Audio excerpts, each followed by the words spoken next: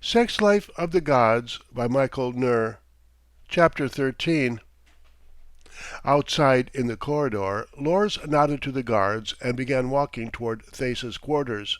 In his mind, now that he again had a whole mind, was the feeling of being trapped, the feeling of being caught in a mesh-like web that was about to strangle him.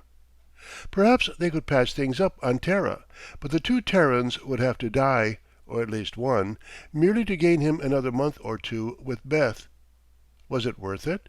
In the long run, was it practical? Perhaps he didn't really love the Terran woman. Maybe it was just infatuation, or gratitude, or even the result of long abstinence.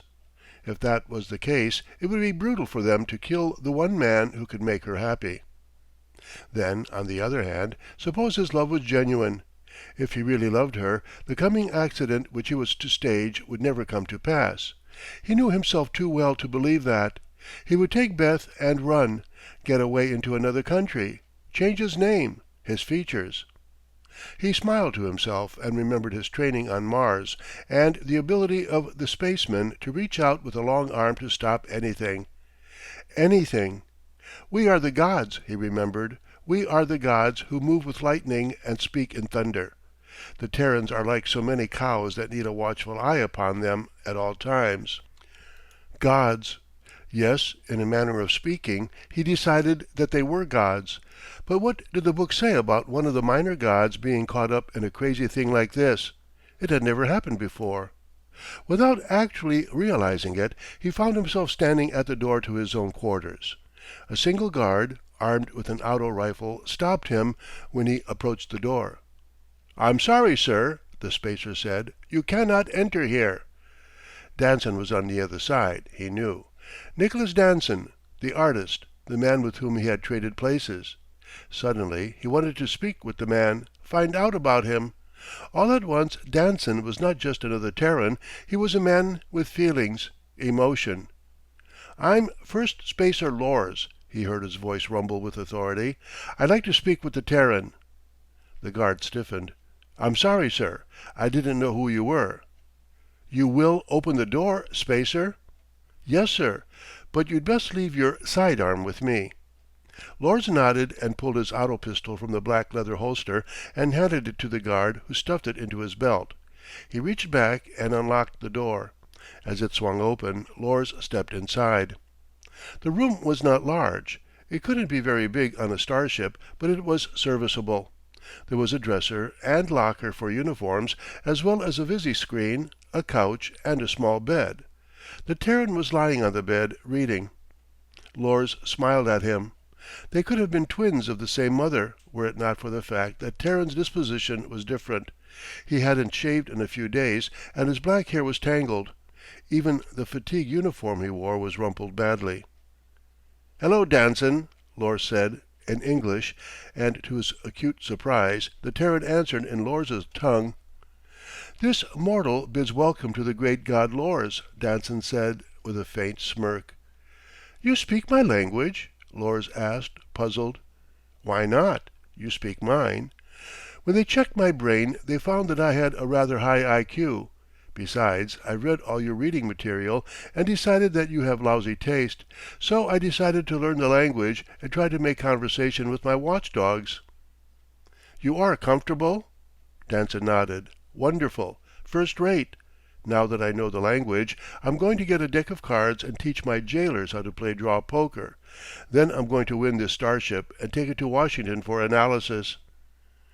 "I didn't come here to jest." Danson lit a cigarette and smiled thinly. "Why did you come here?" "To see you. Are you well taken care of?" "Certainly. They've hooked up my pine-sized TV set so that I can look at the earth. I've been to the lunar base. Terrific real estate. A rock pile. Elaborate, but still a rock pile. I eat very well. I sleep occasionally, except that I cannot get used to the total darkness. And I have minor grievances, like I want to get the hell out of here." He stood up suddenly and glared at Lors. "Am I happy? Am I content? Hell, yes. I'm so goddamn content I'm going stir crazy from it. I'm sick of the whole damned mess, First Spacer Lors. Plain downright sick and—" "Take it easy, Danson." Shut up! Shut your damn mouth, because I'm not finished. Tell me, God, have you ever been confined to a pint-sized prison? You ever had your brain picked clean by a flock of intellectual buzzards? You ever sat in a room with the walls closing in on you, listening to a couple of blue-uniformed knotheads stand outside your door, talking a babble of language that sounded like Chinese, and not be able to speak to them? Not be able to take a piss because you don't know how to find the toilet and don't know how to ask where it is? Well, I have. I have, and I'm up to my ears with this whole bit. I lie here every night and dream about taking this so-called starship and ramming it up your ass, plate by plate." Danson broke off suddenly, unable to continue his wild tirade. He sat there on the edge of the bunk, his face a livid white, with a cigarette dangling from his lips. His left eye closed against the bite of the smoke, and his jaws knotted as he stared at the wall. "All finished?" Lors demanded quietly. Danson grunted. Yeah, Ace, I'm all finished. In a way, I'm sorry, but it felt good. I've wanted to get all that off my chest for a long time."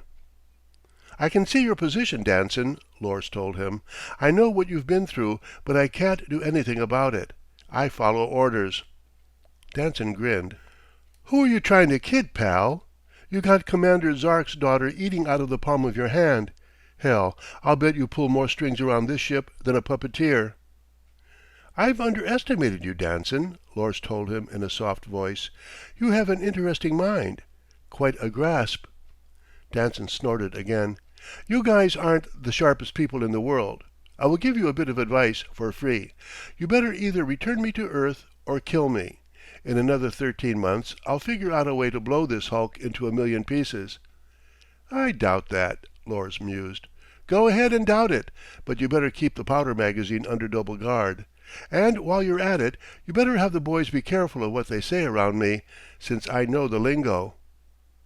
"How many spacers have you talked to?" Lors asked. "How many of them know how intelligent you are?" Danson shrugged. "Why?" "Just wondered." Nick Danson looked at him narrowly. "You have something on your mind, Lors?" "Maybe.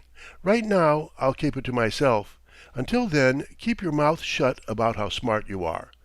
A weapon, Nick, is only useful when the enemy doesn't know how well it will work. When they know, a counter weapon can be made." Lors moved to the door.